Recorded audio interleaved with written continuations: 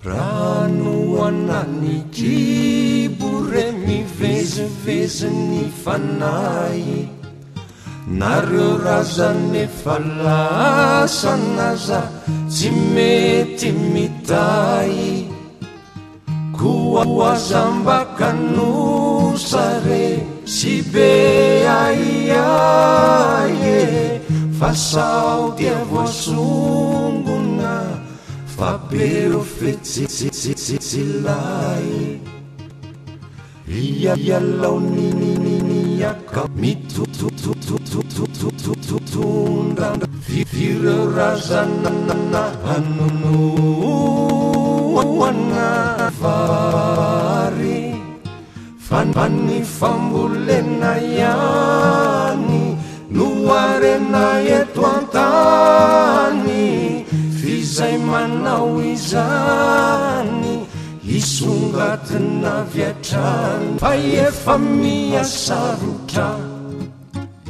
ty fiainana ity, fa misy te hivarotra ity tanitsika ity, tsy fantatratratratrony aizany marina, fa tady olo totony amizay tsy ho tatarino, fa tady vonony kay fantatsivanye reo olana misy zay tsy apozina akory, nefa misy dia misy fa nitoky anyefitaka ny atao no hita, ninonina saritaka na tafita, olana betsaka mameno ny olo avelau atreresaka, fa ititilala inononarinoanoao yalalana minizao, raisoarini andraikitra fefa mafitinkakitra, nahoana raha miarady